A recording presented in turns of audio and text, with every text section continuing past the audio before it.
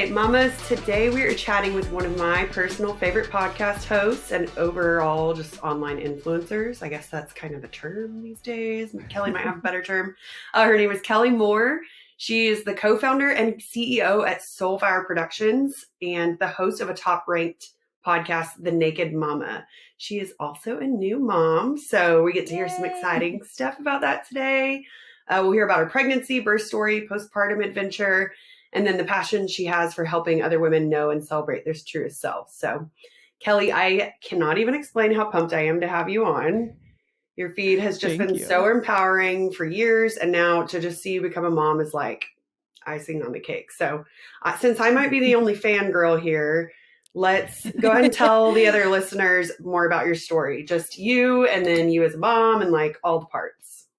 Yeah, all the things. New mom. I have an almost 4-month-old, so just in it. Congrats. Congrats. She's the best. Yeah, prior to becoming a mother, I was a volleyball player my entire life from the age of 10 on. I played at USC. I was the co-captain of the team. I also dealt with chronic illness. When I was in college, I had to give up my scholarship at 19. I went from like the best shape of my life to couldn't walk, couldn't see straight, pain from head to toe, and just no one knew what was going on. And I was misdiagnosed for about 14 years. Oh my gosh. How? Yeah, it was crazy. I was diagnosed with fibromyalgia, which I have a very strong stance on that's not a real thing, but that's a whole other podcast. And finally found the right doctors outside of Western medicine. They diagnosed me with chronic Epstein-Barr, and my numbers had just been elevated forever. I had leaky gut, SIBO, chronic fatigue, all of those things. And so after being sick for about 15 years, I healed myself in a year and a half. I've never had a symptom since. Also got very deep into personal development, plant medicine during that time because it was very much a holistic approach. And I really believe that trauma is stored in our body, and I had been through a lot of things, and I was a very anxious person, and just all of that, I feel like had fed into the chronic illness story. And then that whole time I was also a TV host. So I worked in LA as a host for the Lakers and the Dodgers, as well as, lots of other things during that time. But that was my last part of my career was with them. And then I left that, was not the right fit for me, and dealt with a very toxic culture, being one of the only women, sexual assault, just not understanding my value and never standing up for myself. And I finally reached a point where I was like, there's got to be more to this life and to me than just being the hot chick on TV who talks to boys for a living about God knows what. Yeah. And so I left that career and ended up leaving LA shortly after that with my now husband, Connor. And we moved to Denver, Colorado. It's been almost 4 years. Nice. And we got married, and then we went down the IVF route because he was born without vas deferens. So we had to do IVF. It wasn't a choice. Okay. I knew I was fertile. I have been pregnant before. I had an abortion before I met him. So we were really clear on what that route was going to look like. And luckily, being fertile for me, hopefully that would be an easier situation. Did IVF. And got pregnant on our first round, which was, thank God, because I wanted to jump off a bridge. So don't wish that experience on anybody. And we had our baby in early January. And, I'm sure we'll get into all the things. Betsy knows many of the details that I've shared. But yeah, that's sort of my story. And then I also run a company called Soulfire Productions. We host or help a bunch of different podcasts. We do all their production, all of their content creation. And then I've been a podcast host for almost 5 years now of multiple crazy shows. So that is my short story. Man, you're really good at putting that into a nutshell. That's a lot of things. In one nutshell. That is a lot. And tell everybody your beautiful daughter's name, because it is precious. Oh yeah, her name is Robbie May. We call her Ro, and she was so funny. Most people don't care about this shit, but I feel like you guys get it. We picked her name about a year before she was born. And we knew if we had a daughter, we wanted to name her after Connor's grandfather. His name is Robbie Joe. And he raised Connor. And so we were like, okay, we're going to have a girl. We're going to name her Robbie, but we picked May. Whole other story. Anyway, Robbie May. So I was in labor, which we'll get into, for 6 weeks. And homegirl literally waited and was born on his goddamn birthday. Oh my Wow. gosh. That's amazing. That is Right. crazy. So cool. That's really cool. I think So they're cool. soulmates. You should see them together. Yeah. It's the cutest thing ever. So that's sweet. I bet he was so pumped for that. Well, when he found out we were in labor, because we ended up having to go to the hospital, and so we knew she was coming, he was so excited because he knew she was going to be born on his birthday, but he still didn't know that she was going to have his name. So then Connor's mom called him and was like, "This is Robbie May." I think I don't know because I was totally out of it, but apparently he was just beside himself. That's so sweet. Yeah, so super cute. That's awesome. Love Y'all, that. she's the cutest thing too. If you haven't gone to look at her on Instagram yet, go look at her. I have. Kelly's great, but she's also so Rose sweet. is just really cute. Well, you've done so many cool things, and like there's so much cool stuff that has happened to you, or rather, really that you've done up until this point. But now, since we're a motherhood kind of focused podcast, let's talk about that last year of your life-ish, right? So first off, IVF, what was getting pregnant like for you guys? You kind of already touched on that a bit. So tell me more about that experience. You know, I had such an interesting experience because I had dealt with the medical system so intensely for 14, 15 years with chronic illness. And so I knew that when you go into that space, it can be really overwhelming. And you can also be sort of talked into doing things that aren't really good for you, that aren't necessary. And so I sort of prided myself on getting really good at asking questions and advocating for myself. I think I'm a really good patient advocate when it comes to standing up for myself. And I also teach other people to do that. I spend a lot of time in the DMs teaching people how to do that. And my podcast was all about that for the first couple years. And so I went in being like, I've got this. And I just royally fucked up. I did not take care of myself or ask the questions I needed to. And looking back, I'm like, what were you doing? And I think it's because there was a little bit of desperation of this is the only way I can get pregnant with my husband because of our situation. And we went through CCRM, and they have some of the highest rates in the country. And so I was like, I'm just going to do whatever they tell me because I want a baby and I don't want to have to keep doing this. So I'm just going to do what they say. And I just didn't ask enough questions. And so, I mean, the first thing they did was put me on freaking birth control. You got to go on birth control for 3 weeks at the beginning of your IVF experience to do your egg retrieval. And then they want you to do it again before you do the transfer. I've been off birth control for years. It makes me insane. I have really bad adverse reactions. It's just not good for me. And I knew that. And I didn't think to say like, hey, is there any way I can not do this? No, I just was like, okay, I'm going to do this. And I thought, oh, well, it's only 3 weeks. It can't possibly be that bad. You guys, 5 days in, I legitimately was suicidal, and it just got worse. The entire month of December leading up to our retrieval, I was a wreck. And I have done so much work on myself, and I'm so resourced and have so much support and awareness and, all the things. And I was struggling so badly. And I was on the phone with my friends. Like, I'm not attracted to Connor. I don't think I want to have kids. They were just like, talking me through. No, this is why you married your husband, and this is why you love him, and you want babies. You want to be a mom. This is, this is your purpose. All the things I've said, trying to remind me because it made me crazy. And then they start just giving you all the other meds on top of it. They send you into menopause. They tank your hormones on purpose so that you can have a huge spike to be able to get pregnant, to trick your body. And I mean, it was one of the worst months of my life for sure. And I remember going in, I don't remember if it was the egg retrieval or before the transfer. And I literally looked at the nurse and I said, I don't know what to do. I am suicidal. I am really scared. This is super overwhelming. I don't want to feel this way. She's like, I'm so sorry. Well, I'll let the doctor know, and you have a meeting with her so you can talk to her. And the doctor gets in there and I explained to her what's going on, and she just looks at me. She's like, sorry, you're just too far in. I can't stop now. I was like, okay. What do I do with this? And she never asked, are you in therapy? Are you getting acupuncture? Do you have help? Luckily, I am in all of these things, and I do have all the help in the world. Yeah. And you're self-aware. That's helpful. Yeah. I'm just like, how do you not take care of your people and make sure that they're okay when you're pumping people full of hormones? And I'm fortunate, like I am resourced and supported. Yeah. What about everyone who's not, who doesn't know that acupuncture is helpful, who doesn't think that therapy is something that they need to do? Right. It was such a eye-opening time. And I learned a lot about advocating again and asking better questions and standing up for ourselves. And I will never do it that way again. We're thinking about actually transferring to a different clinic.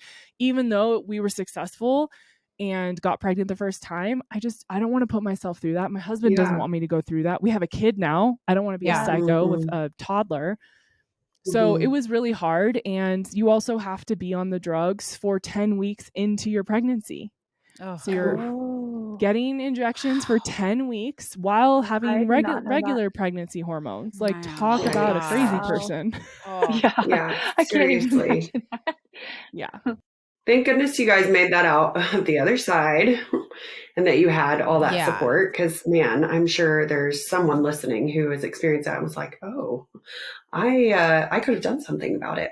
Yeah. And we talk about that all the time too, with like pregnancy fitness in general and making sure to ask questions, because doctors, as amazing as they are, they don't always have the knowledge about what you should be doing in fitness. So they give the generic advice or they tell you not to lift. And it's like, I said the same thing when I was talking about my birth story, like being told just to walk. I wish I would have asked more questions, but it's like, yeah, I just trusted them. You know, I thought they knew what they were talking about. And so I love advocate for yourself. Like you said, there, get a second opinion, ask more questions. And you went through that, and likely, you know, it's a blessing in disguise that you can now use that going forward and to talk to other women about that. Yeah, I 100% agree. I mean, I think that, look, I don't want to scare anybody. Many people have to do IVF. The numbers are continuing to rise. And so I don't want people going in being like, oh God, I'm so scared now. You don't need to go in with a mentality of fear and something's going to go wrong. But I do believe in having awareness and understanding that it's okay to ask better questions. It's okay to say, I don't like this doctor. I want a different one. Like, let me interview someone else. Our doctor is like a fucking scientist, and as great as she is at her job, her bedside manner blows. Right. And I didn't connect with her. And so I wish I had said, hey, can I talk to somebody else? But I didn't. You know, there's all these things that we can do to have a better experience.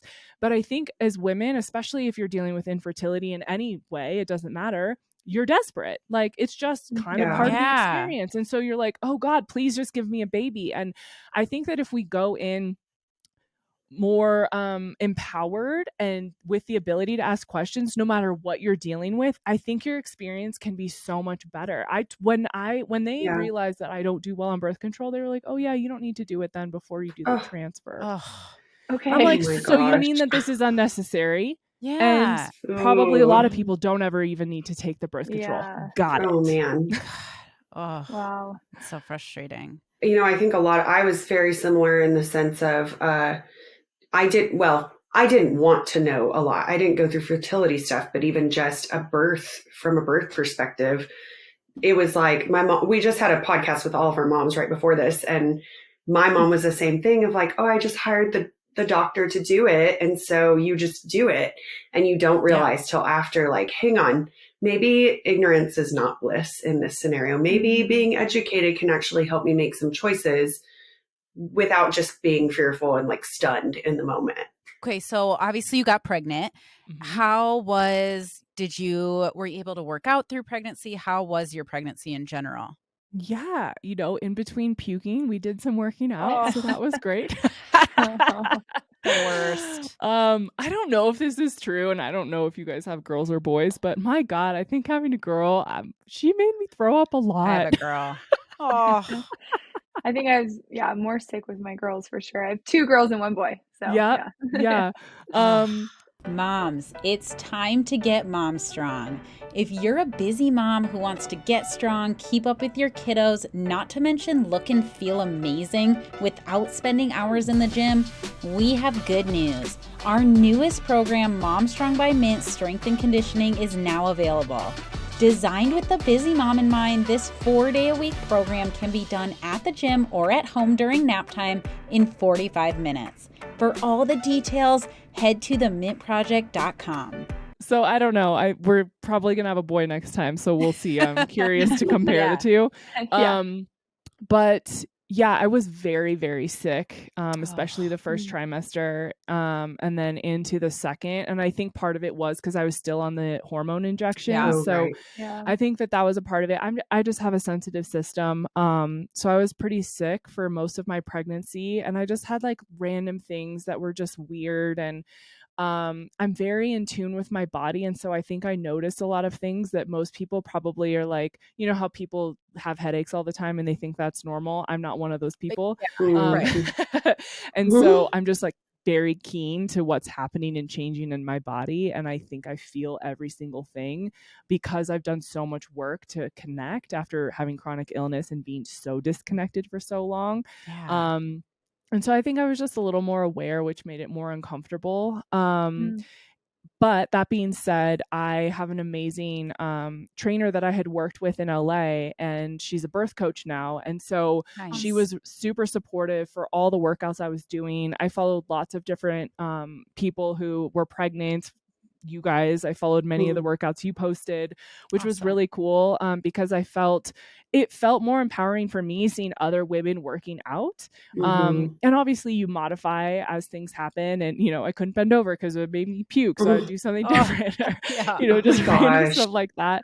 But I was very very active my whole pregnancy, even in the end when I could only walk because it was just too much. I was like, I am committed to this, because every mom I've talked to who said she worked out during her pregnancy had such a better experience postpartum. And I obviously don't believe in your body bouncing back, but this ability to gain strength faster after. And I did lose a lot of muscle mass and in the end, and then my recovery was harder because of the birth and our experience, but I feel amazing. I'm working out with a trainer now and following his programming, and I am so strong, and I feel like my body is just like figuring it out.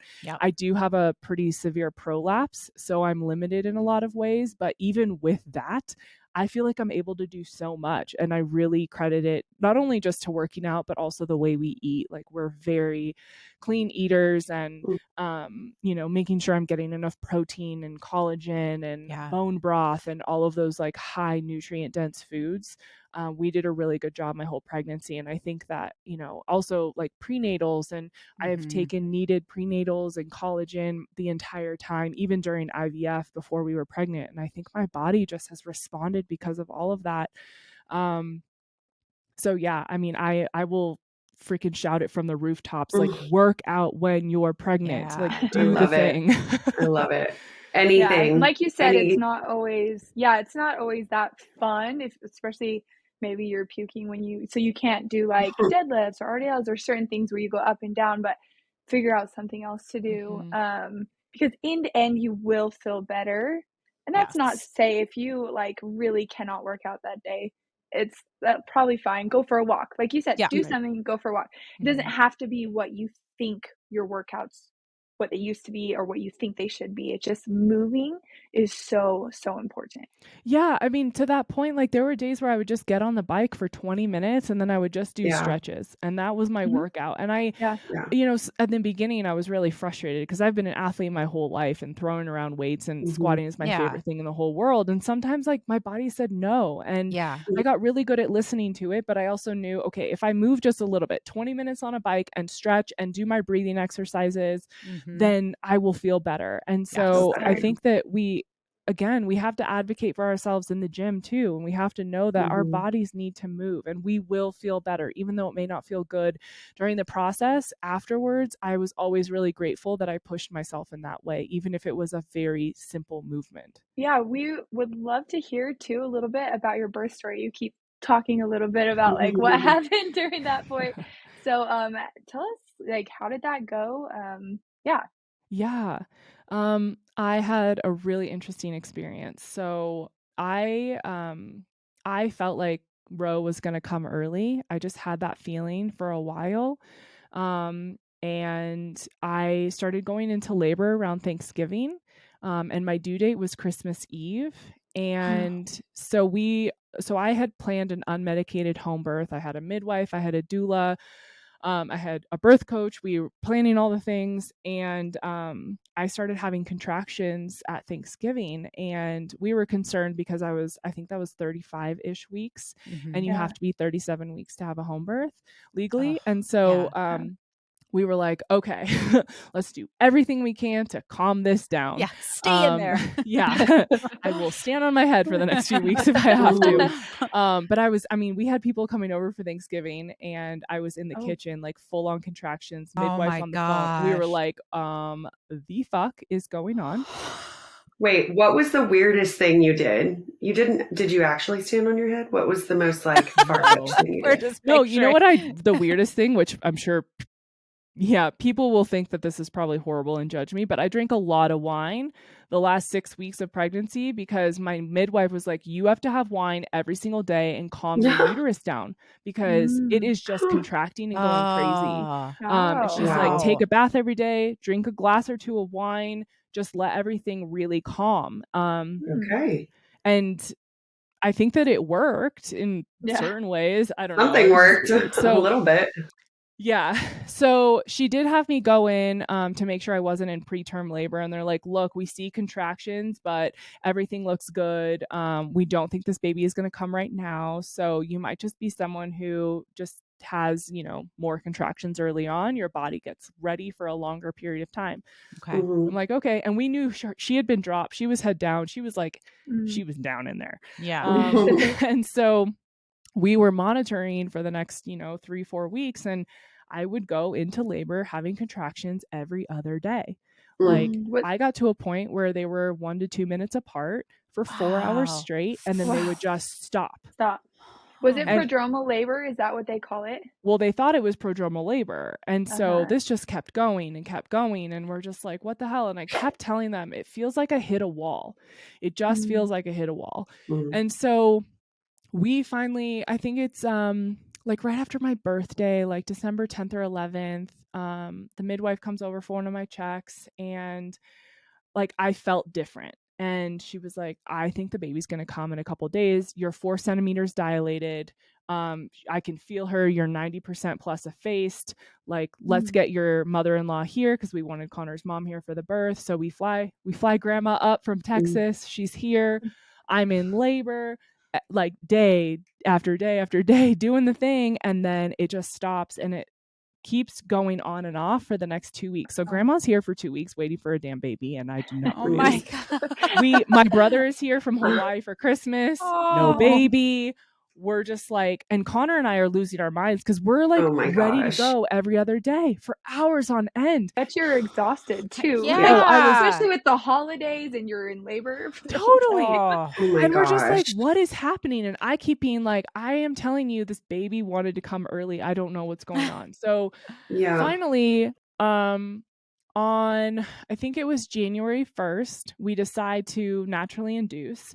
Okay. So I do the castor oil concoction from my midwife, and that was super fun. I never want. I can taste it when I'm talking about it right now. It's so gross. Oh, Kara might throw up over there too. Some of that, Dude, it's like vodka after college. Like, can't do it. It's the same thing.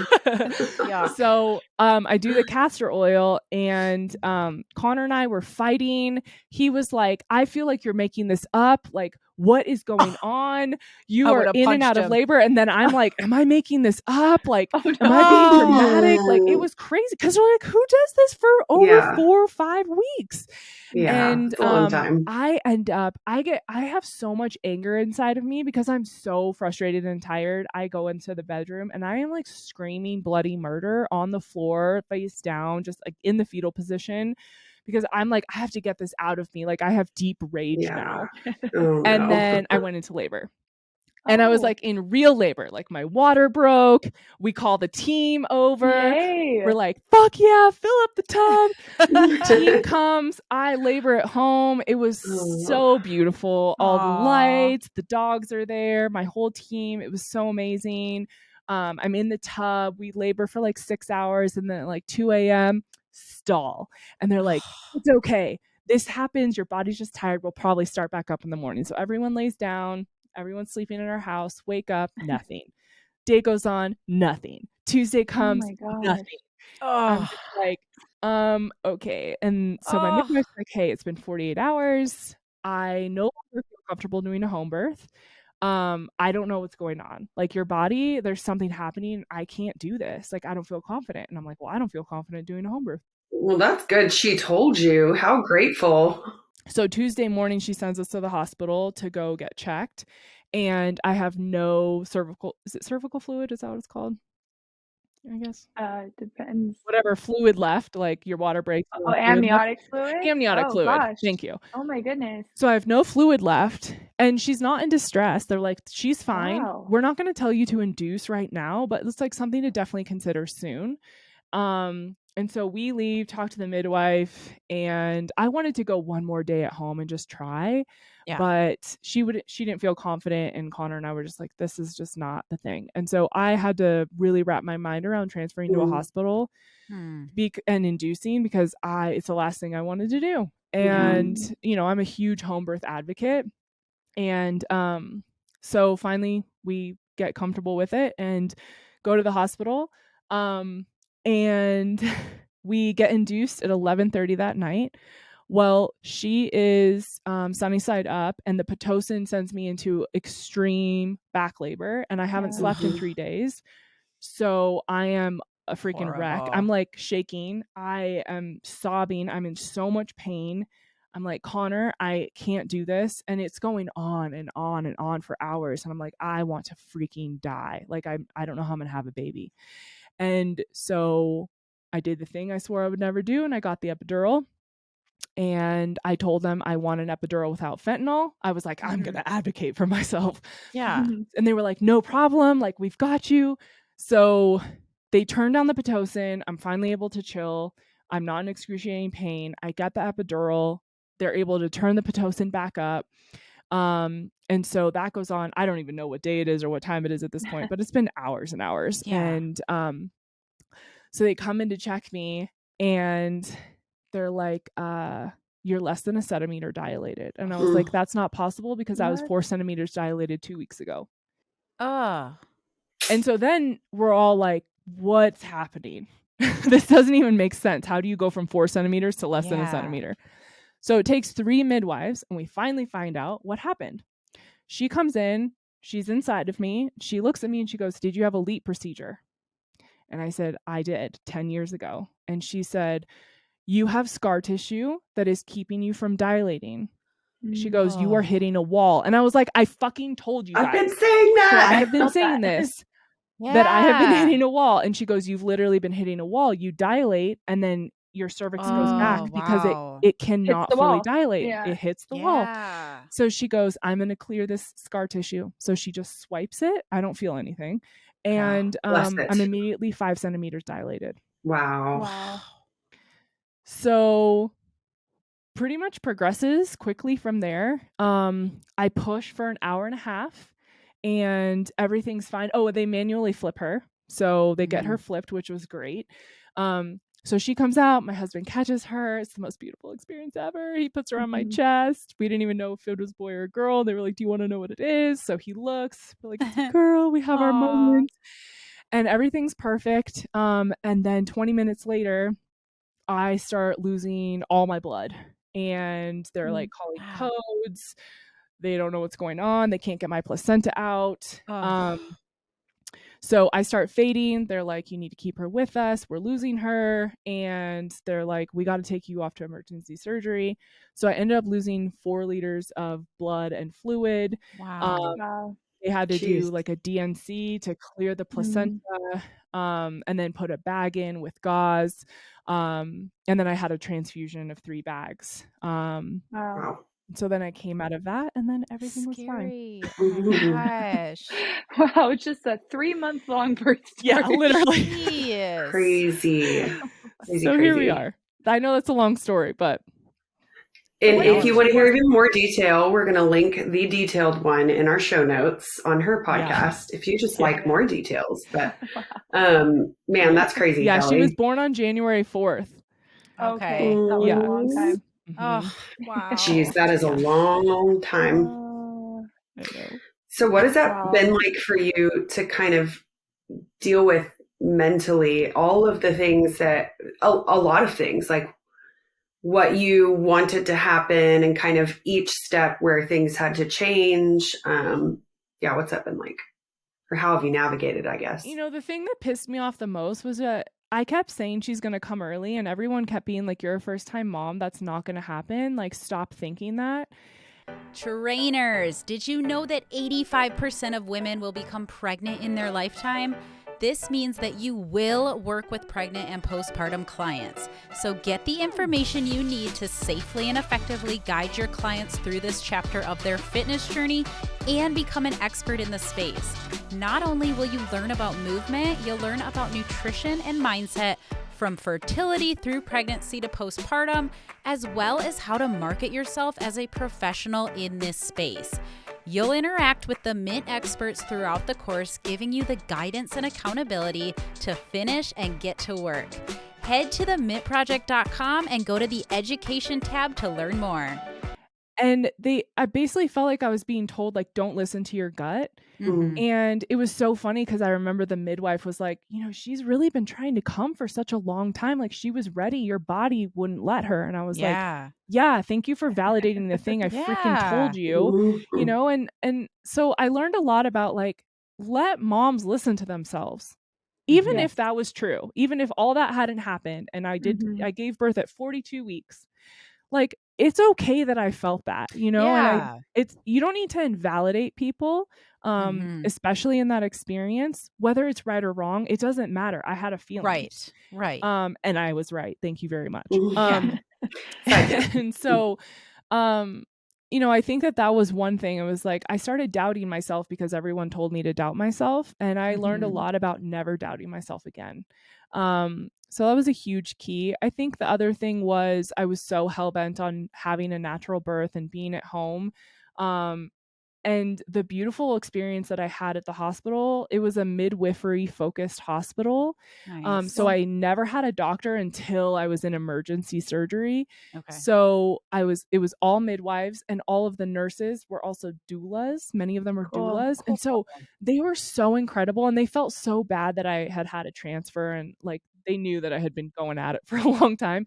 They did everything they could to give me a home birth experience. So they covered all the monitors, they turned off all the sounds, they let us That's great. twinkle lights and crystal lamps and all the things. Nice. And it was Cool. so incredible. And I remember even when I was like, I feel like I'm a failure because I'm going to have this epidural, and I feel like I'm letting my husband down, and I feel all these things. And they were like, you're not a failure. And, you know, there's a difference between a painful, challenging birth and suffering. And you are so far past suffering now.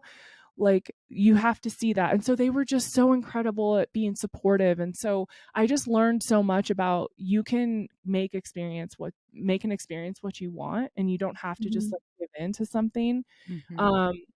And you know, I've definitely had a lot of healing to do postpartum that I didn't anticipate. Like, they yanked my placenta out, and I had people like elbow deep up inside of me trying to do all the things. And you know, the prolapse is not something that I expected, and just lots of different things. You know, obviously when you lose that much blood, it takes a while for your body to recover.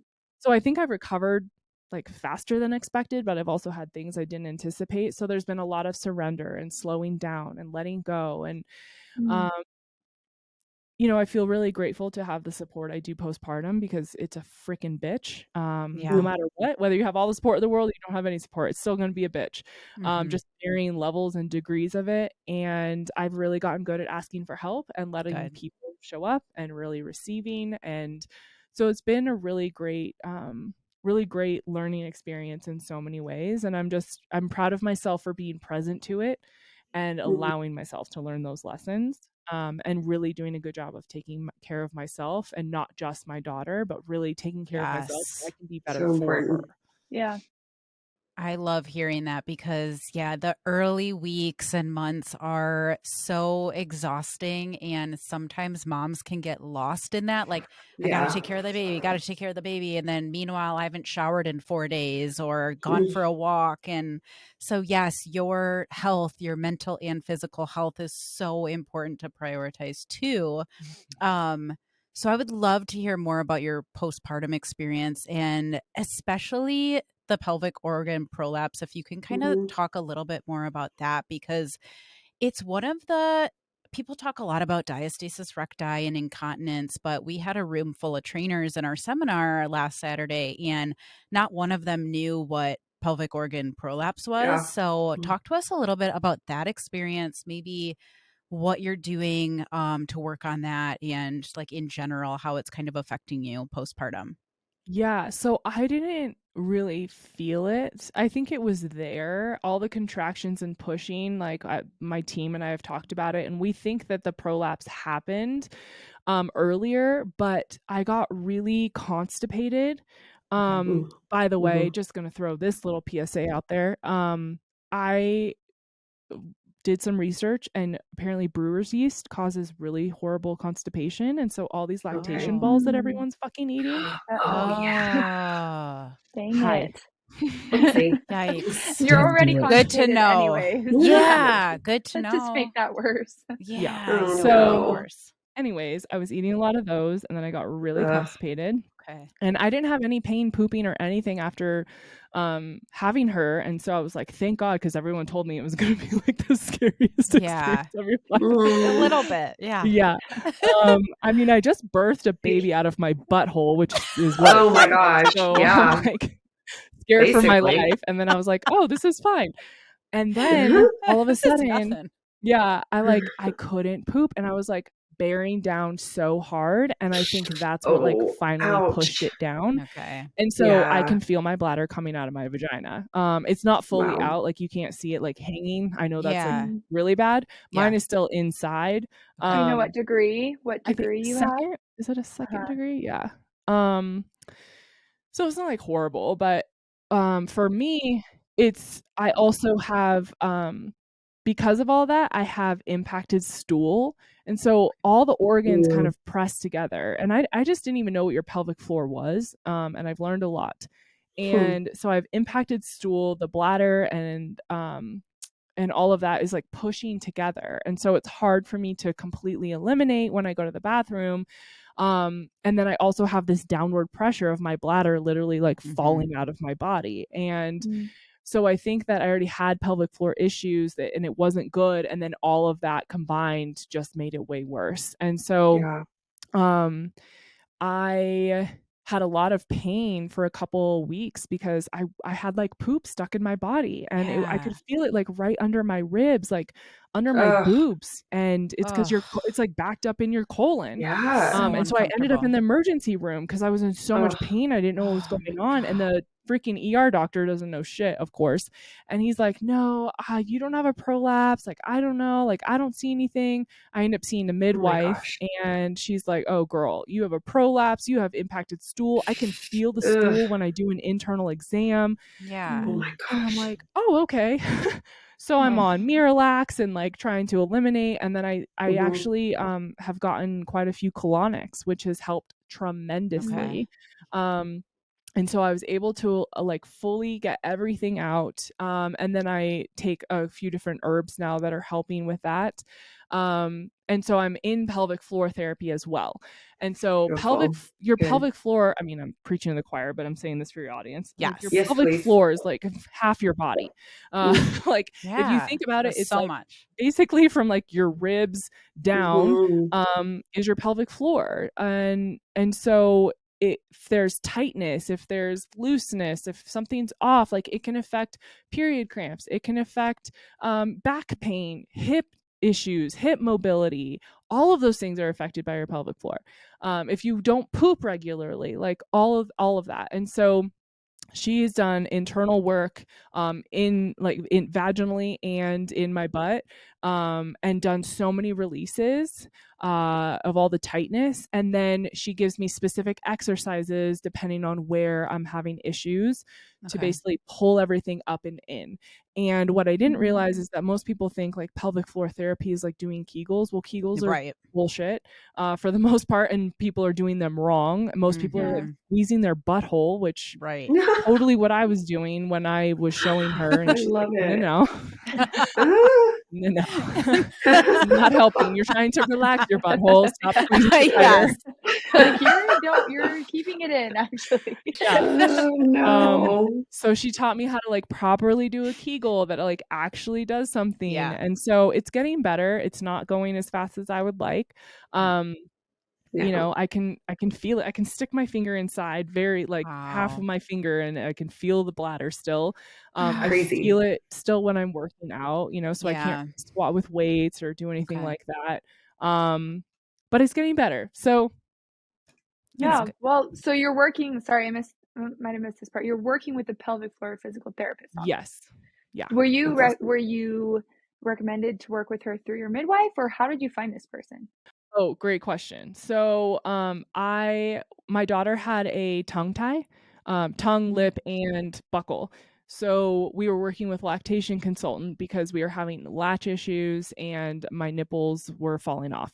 And so she actually connected us with, or she told me where to go for pelvic floor therapy. And I think my doula actually knew this woman as well. There's like a very tight knit little community here in like Boulder, Denver area. And they all refer out to each other. Also, anyone listening, if you would like these recommendations, if you're local, just DM me and I can send you everybody. But yeah, so that's how I found her. And I had done some pelvic floor stuff when I realized like, oh, I'm dealing with this and I couldn't get in yet. That was online. But and I think that's great. But also, if you don't have a practitioner actually check you and like feel what's going on, you might not be doing the right exercises for your body specifically. Exactly. So that's why I would highly recommend going in to see someone. And also, like, my insurance covers it. So if you do have health insurance, it can cover that. It can also cover lactation consultants often. So look into that, because I think most people think they're gonna have to pay for it out of pocket, but it can be covered. Yeah, that's so true because, like you said, Kegels are like, people think it's this magical thing that they should be doing all the time when a lot of women need to learn how to relax. Exactly. Or they're doing it wrong. Or they're doing it wrong. Yeah, it's like, if you're not, it's not like we're not taught this stuff. So it's like, why do we just think we know, what's going on down there, especially after a trauma like childbirth? Like, there's a lot that could be going on, and you can save yourself a lot of time by going and getting a professional's advice and guidance as opposed to just trying to do it on your own. Yeah. And I honestly, I think I did everything right aside from this one piece, because I was in craniosacral. I was getting chiro. I was in acupuncture. I got massages. I did cupping. I did all the things. I took all the prenatals. I was healthy as shit. But I didn't do pelvic floor therapy before I had a baby. And I want to tell everyone to go do that before you give birth, like while you're pregnant, because it's the one thing that no one is talking about. And I think it's the one thing everyone needs. Well, and even aside from just being pregnant, I mean, I have friends who same thing, like they never poop and have gone to a pelvic floor, eventually landed, like after a long journey, landed a pelvic floor physical therapist. And like, that is way more common, but nobody really talks about that. That's kind of oh yeah, I poop once or twice a week. Like, that's not normal. There could be issues with that. And so we had one episode with a pelvic floor physical therapist, Empower Your Pelvis. She said something that sounded so cool to us that she thinks it should be mandatory after your birth to go see, just like a physical, like you would for school. Just go get a visit, maybe nothing's wrong. And honestly, why not at any time in life? Like, make sure your vagina is doing okay. It's an important thing on your body. Yeah. Yeah, because like, think about how often women say they don't orgasm. Most often it's because they're tight and they can't relax. And there's a lot of reasons for that, right? Many women have sexual trauma or, stuff like that.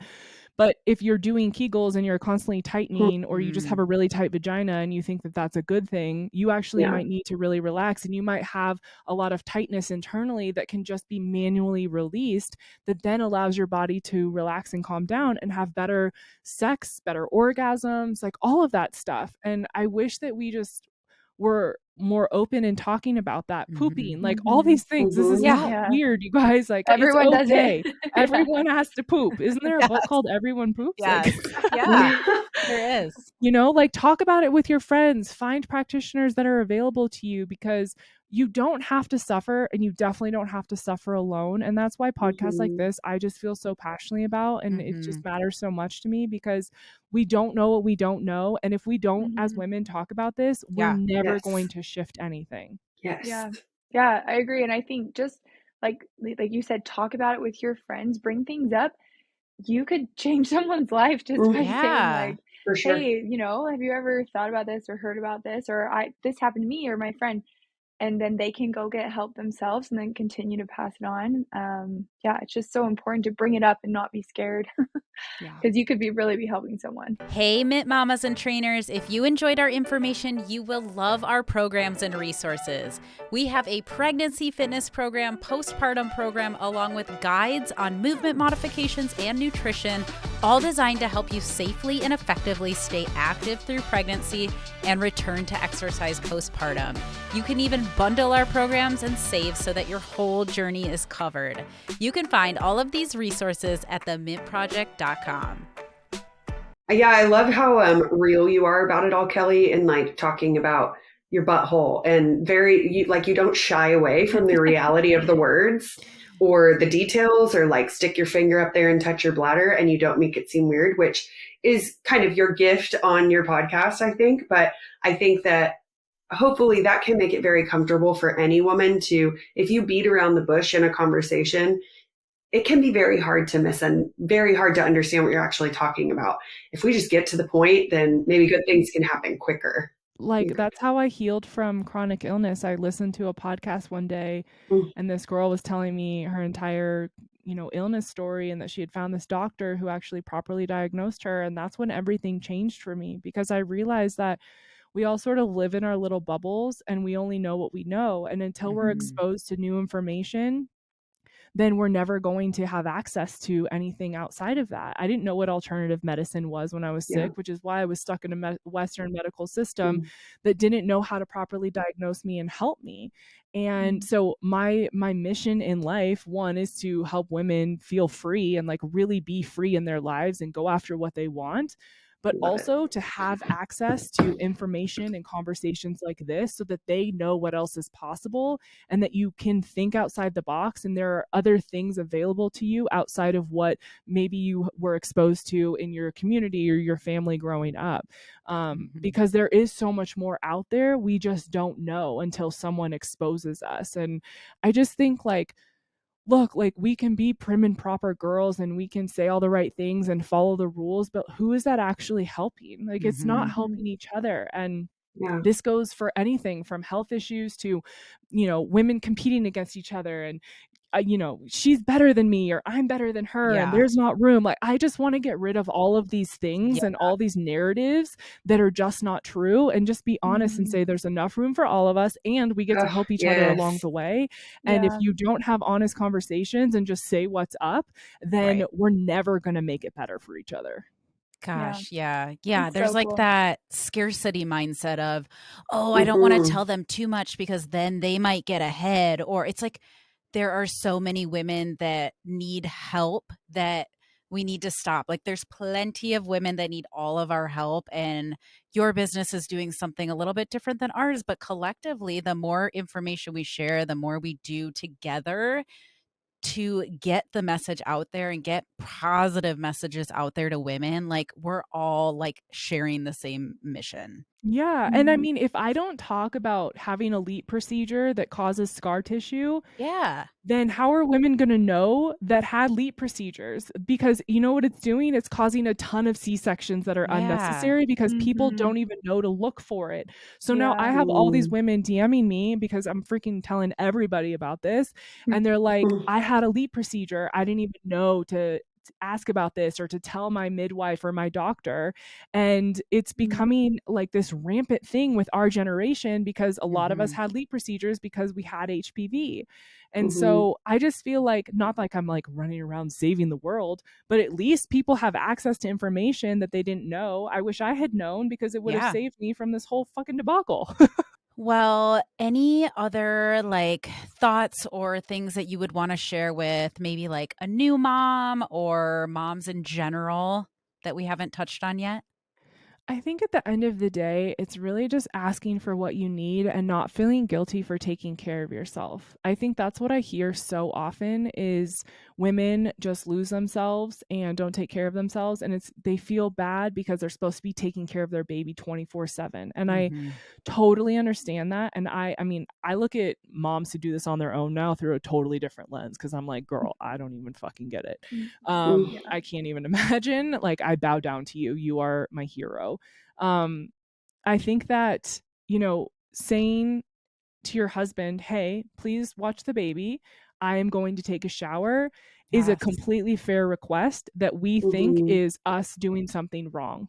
Yes. And I think that asking to sit down at a table and eat a meal on a table with a fork and a knife while your husband holds the baby, or if the baby is crying, they soothe them, is a totally fair request. Like, all these things are tiny little things that actually make huge differences. My husband takes my daughter almost every morning for 1 to 2 hours so I can take a nap from like 5 to 7 a.m. And it is a game changer. And I know a lot of women who would never ask their husbands or their partners for that because they feel like they're doing something wrong and asking or advocating for themselves. And I am a much better partner and mother and businesswoman and all the things because I get that 2-hour nap. And I get to shower and I get to eat. And so I want women to know that there's nothing wrong with you. You're not a bad mom, and you don't have to feel guilty for doing those things for yourself, because at the end of the day, you are a living, breathing example for your child. And if you show them that you take care of yourself, they will learn those things from a very young age, and they will know that that's okay. And also you're a better mom because of it. I love hearing how how you just kind of, even you touching on how you have navigated like the spouse side of becoming a new parent. And I know we're getting close on time, so I don't want to make you dive into that too much, but you are someone that talks a lot about relationships. Like, you and Connor have a podcast together too. So very quickly, is there anything like main overview aside from just asking for help that you can advise on how to keep that relationship still a husband and wife while also bringing a whole new person that needs you both more than almost you need each other sometimes? Yeah, I mean, I think at the end of the day, it's about honesty. It's about asking for what you need and showing up for yourself and being willing to have honest conversations with your partner. If Connor has had a hard time too, and we learned a lot about that in the IVF process because there was a lot of things that were going unsaid, and we were both really resentful and really struggling. And it wasn't until we finally had this sort of like blow up fight and we said all the things we needed to say, we were actually having the same experience. We just never told each other. And it was a really beautiful bonding moment where we realized like, oh, we just have to like speak up and say, hey, I'm having a hard time with this. And I know like my husband needs, and I'm sure many women feel this, like my husband needs like my love and attention, and he wants me to hold him and he wants me to be there for him and kind of like mother him in a way. And I haven't had the capacity to do that. And I haven't really thought about it because I'm like literally mothering an actual child. And so I will go back to that and I'll say, I know that he needs this from me right now. If he's having a hard day and he just wants me to hold him and like to let him talk and share, then I just do that for him. And it's I see the difference in him when I'm able to do that. And so I think if we can just ask for what we need, and I'm really good at asking him to do things for me. He waited on me hand and foot for the first 2 months because I was really struggling, and I would ask him to get me water, even though I could probably get up and go get some water. I'm like, why would I do that when he can do it? And it's much easier for him and I can just chill. It's like all those little things of being willing to communicate and ask for what you need. And sometimes you're going to hurt someone's feelings. Sometimes you're going to piss someone off, and that's okay. But I think this like walking on eggshells and trying not to hurt someone and, you know, being a fucking martyr, like, can we just not? You know, we're all going through this together. We're all learning and we're all struggling in some way or another. And if we can just hear each other and show up and have compassion, I think it's much better in every way. Absolutely. We're all just doing our best. Everybody's just doing their best. Said. Yeah. So well said. Yeah. Kelli, I am just so glad we had you today. I feel like we could talk forever. I want people to go listen to all the other things you have to say. So we'll for sure link that stuff. Tell us where we can find you. Yes. Instagram, Kelli T. Moore, Naked Mama Podcast. Connor and I host a show called Okay Babe. And soulfireproductionsco.com is our business website. Yeah, all the things. Kelli, thank you so much. Awesome. So great chatting with you. Thank you so much. Thank you. Yeah. It was so great to meet you guys finally. This has been so great.